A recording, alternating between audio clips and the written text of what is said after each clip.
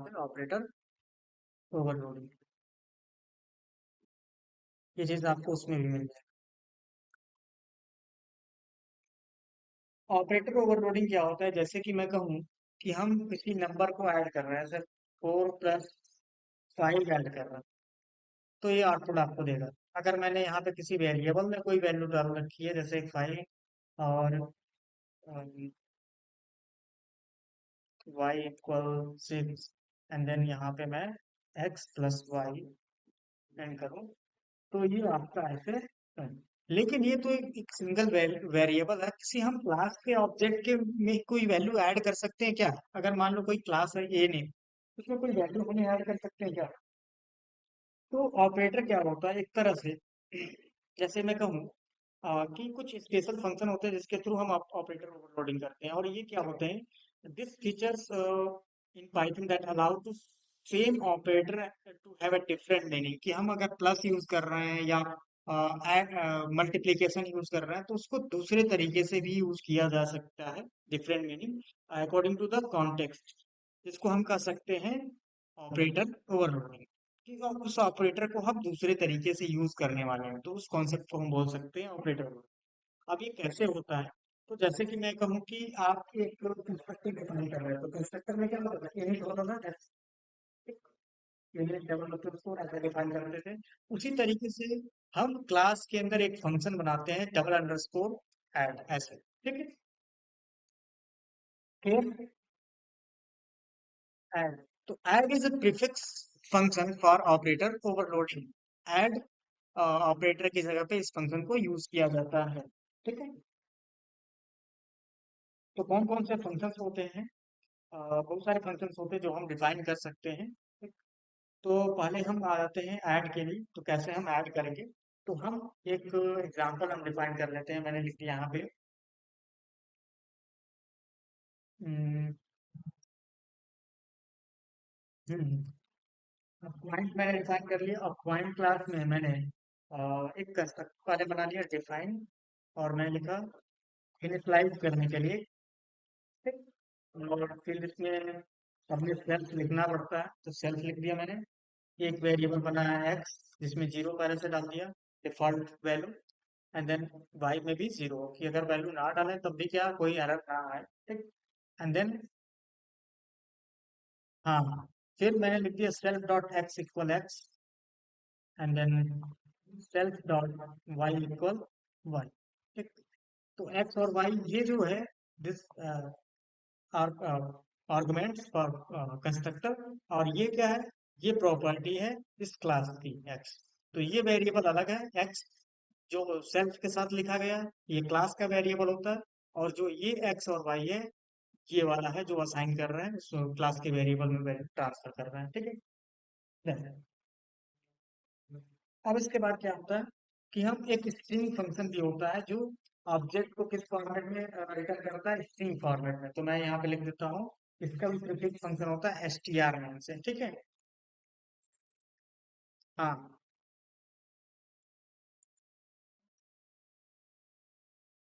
हाँ, हाँ। अब मैंने यहाँ पे लिख दिया सेल्फ, ठीक, एंड देन कॉलम। उसके बाद मैं यहाँ पे रिटर्न करता हूँ।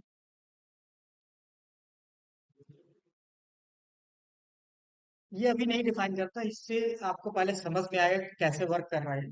अब जैसे कि मान लो, यहाँ पे मैंने एक चीज पहले मैं समझा दूं, कि जैसे मैं ऑब्जेक्ट बनाऊंगा, जैसे मैंने यहाँ पे लिखा P1 = पॉइंट, ठीक, सॉरी, पॉइंट, और इसमें मैंने दो वैल्यू पास की, 6 एंड 9, ठीक। और मैं यहाँ पे प्रिंट करूँ किसको, P1 को, तो मुझे आउटपुट क्या मिलेगा, ये एड्रेस आ रहा, दिख रहा? P1 ऑब्जेक्ट का एड्रेस आ रहा है, उसमें कोई वैल्यू नहीं दिखा रहा कि इसमें कोई वैल्यू भी है, ठीक है। तो मुझे ये कहना होगा कि मैं ऑब्जेक्ट प्रिंट करूँ तो एक मीनिंगफुल डेटा मुझे प्रिंट करके दे, उसके लिए क्या होता है, str फंक्शन होता है, किसी ऑब्जेक्ट को स्ट्रिंग में कन्वर्ट करने के लिए, स्ट्रिंग। तो मैंने यहाँ पे लिख दिया सेल्फ डन। अब इसके बाद क्या है, मुझे रिटर्न करना है क्या, एक पोजिशनल आर्गुमेंट, तो मैंने लिख दिया यहाँ पे डबल कोटेशन के अंदर,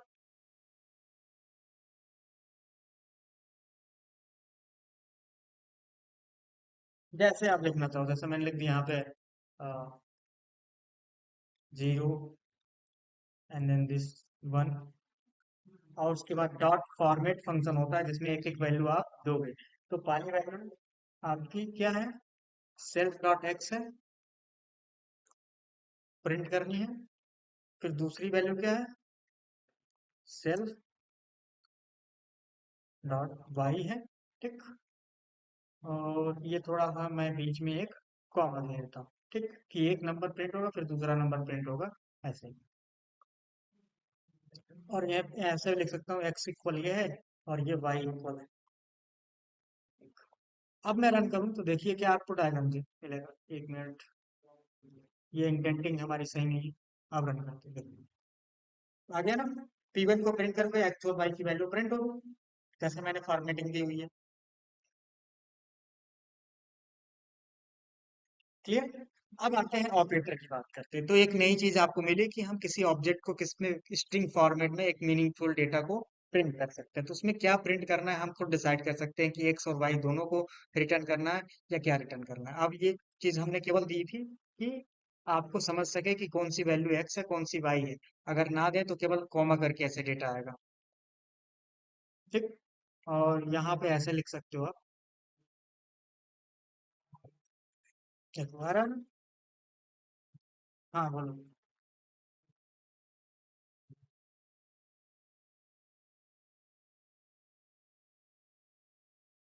नहीं, हाँ, सेल्फ कहीं पर भी सेल्फ की जगह पे कुछ और लिख सकते हो, लेकिन इसका नाम सेल्फ क्यों पड़ा, सेल्फ इसलिए पड़ा कि वो खुद को, खुद क्लास को डिनोट कर रहा है, जिस क्लास में है उस क्लास को डिनोट करता है, ठीक है। तो यहाँ पे मैं एबीसी भी लिख सकता हूँ, तो एबीसी का कोई तो मतलब तो होता नहीं है, ठीक। अब मैं, अब जैसे मैं रन करूँ तब भी काम करेगा, देखो काम कर रहा है, ठीक है। यहाँ पे सेल्फ लिखा तो यहाँ पे सेल्फ लिखना जरूरी है, लेकिन अगर आपने यहाँ पे एबीसी लिखा तो यहाँ पे एबीसी लिखना जरूरी हो गया आपका, ठीक। ABC dot X, ABC dot Y, ठीक है। तो ये कुछ भी लिख सकते, हाँ हाँ। तो ये एक तरह से क्या होता है, ये डिनोट करता है कि ये आपका क्या है, सेल्फ का मतलब क्लास, कि मैं खुद क्लास हूँ। Self is reference of A class, current class, ठीक। अब एक चीज और, अब मान लो दो पॉइंट आपने बनाया, ये पॉइंट वन हो गया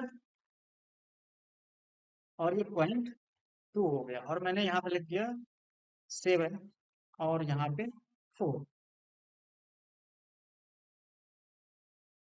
हाँ, सब में कंपलसरी होती है, सब में सेल्फ डालना ही पड़ेगा, ठीक है। अब आते हैं, देखो P1 और P2 दो ऑब्जेक्ट बन गए, अब हमको क्या करना है, ऐड करना है। कि मैं अगर ऐड करना हो तो मैं चाहता हूं कि ऐसे ऐड करूं, प्रिंट P1 प्लस P2, ऐसे लिख करके ऐड करूं तो आ जाए आउटपुट मेरा। लेकिन तो यहाँ पे क्या हो रहा है, यहाँ तो क्या रहा है, अनसपोर्टेड ऑपरेंड कर रहा है। तो क्योंकि ऑब्जेक्ट को इस तरीके से ऐड ही नहीं कर सकते, कर सकते हैं लेकिन उसका एक सोल्यूशन होता है कि कैसे ऐड करना, ठीक है। उसी का सोल्यूशन है ऑपरेटर ओवरलोडिंग, जो ऑब्जेक्ट को भी ऐड करता है। 6 और 7 एक ऐड हो जाए और 9 और 4 ऐड करके मुझे आउटपुट क्या मिले, 6 7 क्या 13, और 9 4 13, दोनों 13 ही आ रहा है, कौन से टाइम से। तो ये आपका क्या 13 पॉइंट्स आ जाए, मतलब नया पॉइंट्स मुझे मिल रहा है। तो ऐसे तो हो ही नहीं रहा ऑब्जेक्ट, तो इसीलिए क्या होता है, हम ऑपरेटर ओवरलोडिंग यूज करेंगे जिसकी वजह से हम क्या कर सकें, ऑब्जेक्ट्स को ऐड कर सकें।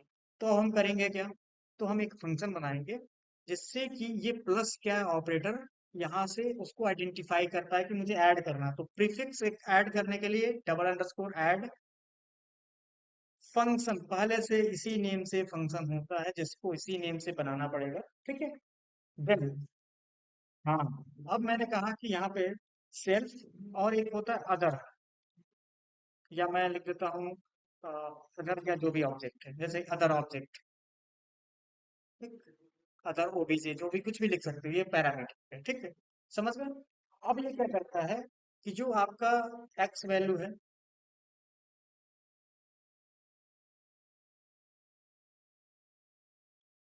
ठीक, मैंने एक्स डिफाइन किया यहाँ पे, लोकल वेरिएबल डिफाइन किया, और मैंने कहा सेल्फ, मतलब इसका जो सेल्फ की वैल्यू है एक्स, वो दूसरे ऑब्जेक्ट के एक्स को ऐड कर देगा, दूसरे ऑब्जेक्ट से एक्स में डाल देगा, फिर वाई को इक्वल इसके वाई से दूसरे ऑब्जेक्ट के वाई से ऐड कर देगा।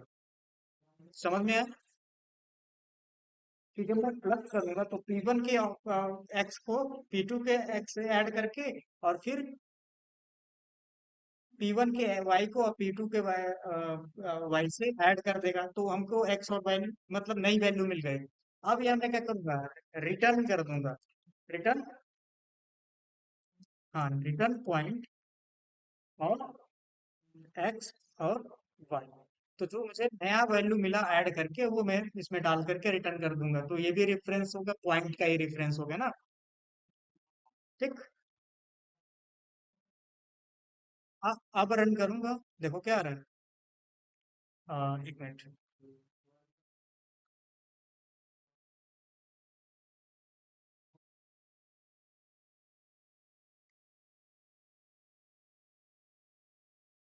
अदर, वो हमने गलती क्या की, देखो यहाँ पे प्लस करना है ना, ठीक, हाँ हाँ, अब क्या है 39 आ गया ना। अब हम एक ऑब्जेक्ट को दूसरे ऑब्जेक्ट से ऐड करेंगे तो उन दोनों के पॉइंट्स को इंटरनली ऐड करके रिटर्न कर देगा मुझे।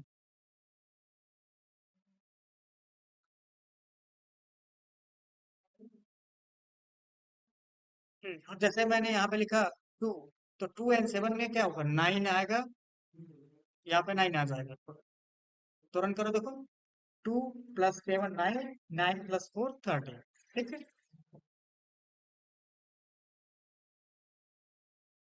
हाँ, तो जो हमने फॉर्मेट दिया उसी फॉर्मेट में प्रिंट होगा, नया ऑब्जेक्ट मिलेगा मुझे, ठीक है। तो this is a operator overloading, कि हम ऑब्जेक्ट्स को भी ऐड कर सकते हैं, लेकिन ऑब्जेक्ट जब ऐड करते हैं तो उसके इंटरनल वैल्यूज को ऐड करता है, ठीक है। इसी को बोलते हैं, तो ऑपरेटर ओवरलोडिंग के लिए हमको फंक्शन बनाना पड़ता है क्लास के अंदर ऐसे, ऐड, ऐड, ठीक है। हाँ, ऐसे आइडेंटिफाई होगा। अब मुझे क्या करना है, अब मैं आपको डिफाइन कर देता हूँ कि सबके लिए क्या क्या होता है, ठीक है। ऐड के लिए हो गया।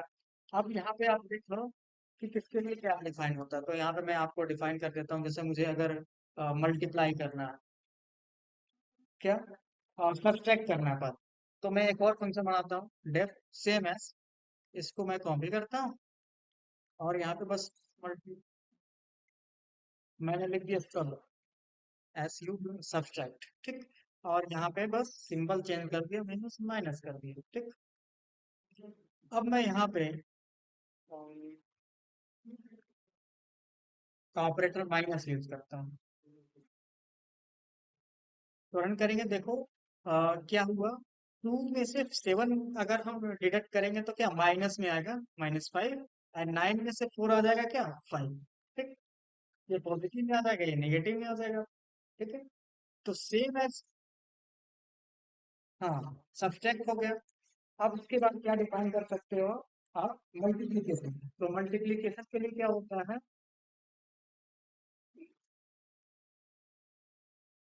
तो मल्टीप्लीकेशन का आप लिखोगे MUL, MUL, ठीक, एंड देन यहाँ पे मल्टीप्लीकेशन हो जाएगा आपका।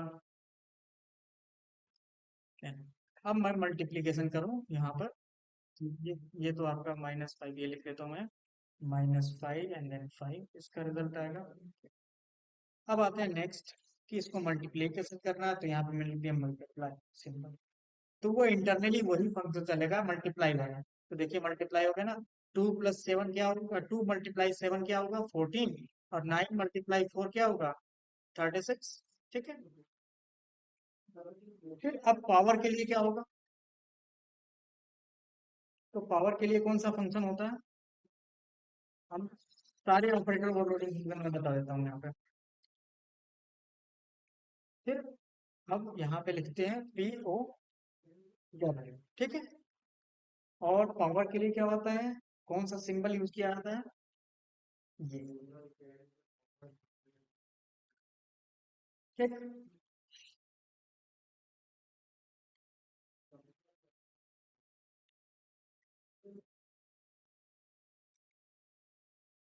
क्लियर। अब मैं रन करता हूँ तो देखो पावर आएगा। तो 2 द पावर ऑफ 7 क्या होगा? अराउंड 128। और 9 पावर ऑफ 7 क्या होगा? 6561 हो गया। ठीक। ठीक। तो इस तरीके से ये पावर भी कैलकुलेट कर सकोगे। फिर उसके बाद डिवीजन होता है। जितने भी ऑपरेटर हैं, सबका ऑपरेटर फंक्शंस होते हैं जिसको हम यूज करते हैं। तो फिर पावर के बाद डिवीजन हो गया, तो डिवीजन हम कैसे करेंगे? यहाँ पर लिख लेंगे। दो तरह के डिवीजन होते हैं। एक टू डिवीजन, तो TRUE डिवीजन। ठीक, टू डिवीजन हम लिख लेते हैं। और उसके बाद इसमें हम क्या लिखते हैं ऐसे, स्लैश डिवाइड करने के लिए। ठीक। तो ये डिवीजन, हाँ, टू डिवीजन का मतलब क्या होता है कि हम जब डिवाइड करेंगे ऐसे, तो एक पॉइंट में वैल्यू आएगी। आ रही है? पॉइंट्स में।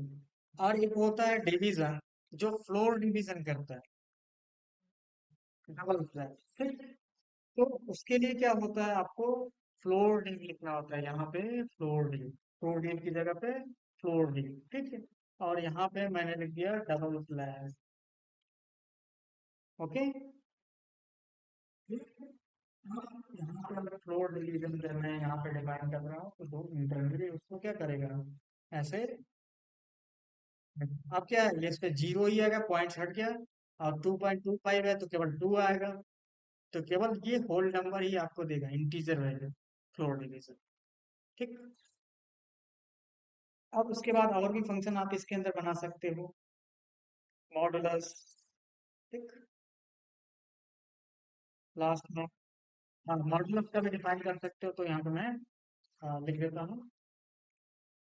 यस, मोड होता है। ठीक। एंड देन मोड के लिए मॉडुलस सिंबल यहाँ पे लगा देना।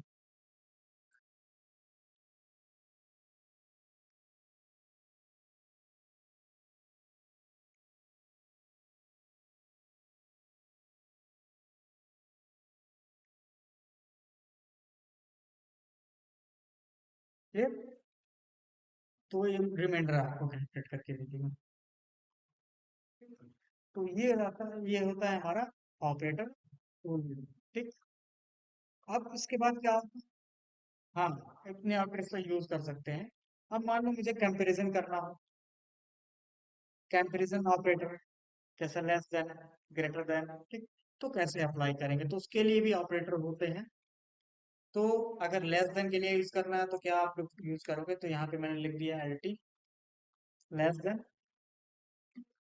उसके बाद मैंने यहाँ डिफाइन किया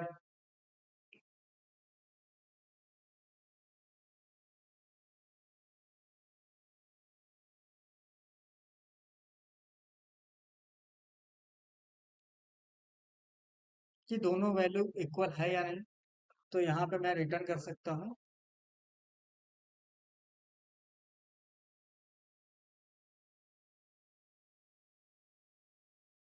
ऐसे रिटर्न कर लेना।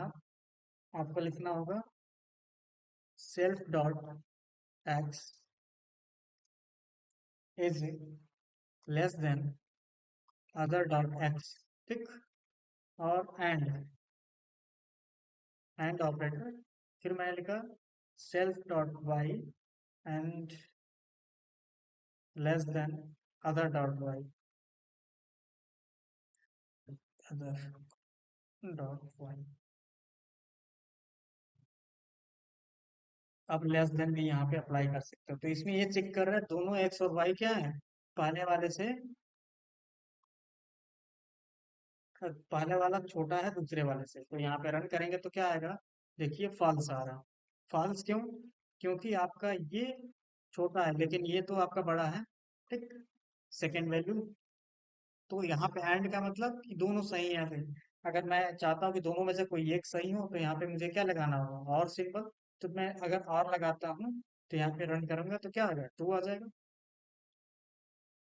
मतलब दोनों में से कोई एक पॉइंट आपका क्या होना चाहिए? छोटा होना चाहिए, तो एक हो गया। तो अगर आप पॉइंट लगाओ तो वो दोनों को चेक करेगा। ठीक। तो वैसे ही लेस देन के साथ साथ ग्रेटर देन भी होता है। तो मैं लिख देता हूँ किसके लिए क्या होता है, क्या यूज कर सकते हो आप यहाँ पे। तो यहाँ पे मैं कमेंट में लिख देता हूँ। हाँ। लेस देन के लिए यहाँ पे double L T, double underscore. ठीक। फिर लेस देन इक्वल के लिए क्या यूज करेंगे? फिर double underscore, less than equal. ठीक। एल ई होता है। फिर उसके बाद डबल इक्वल मतलब इक्वालिटी चेक करने के लिए double underscore E Q, double equal. फिर उसके बाद मैं लिखवा रहा हूँ नॉट इक्वल के लिए क्या होता है? Double underscore N E, not equal. फिर ग्रेटर देन के लिए होगा डबल अंडरस्कोर जी। उसके बाद ग्रेटर देन इक्वल हो जाएगा डबल अंडरस्कोर ग्रेटर देन और ओके। तो इसकी जगह पे आप ये यूज कर सकते हैं।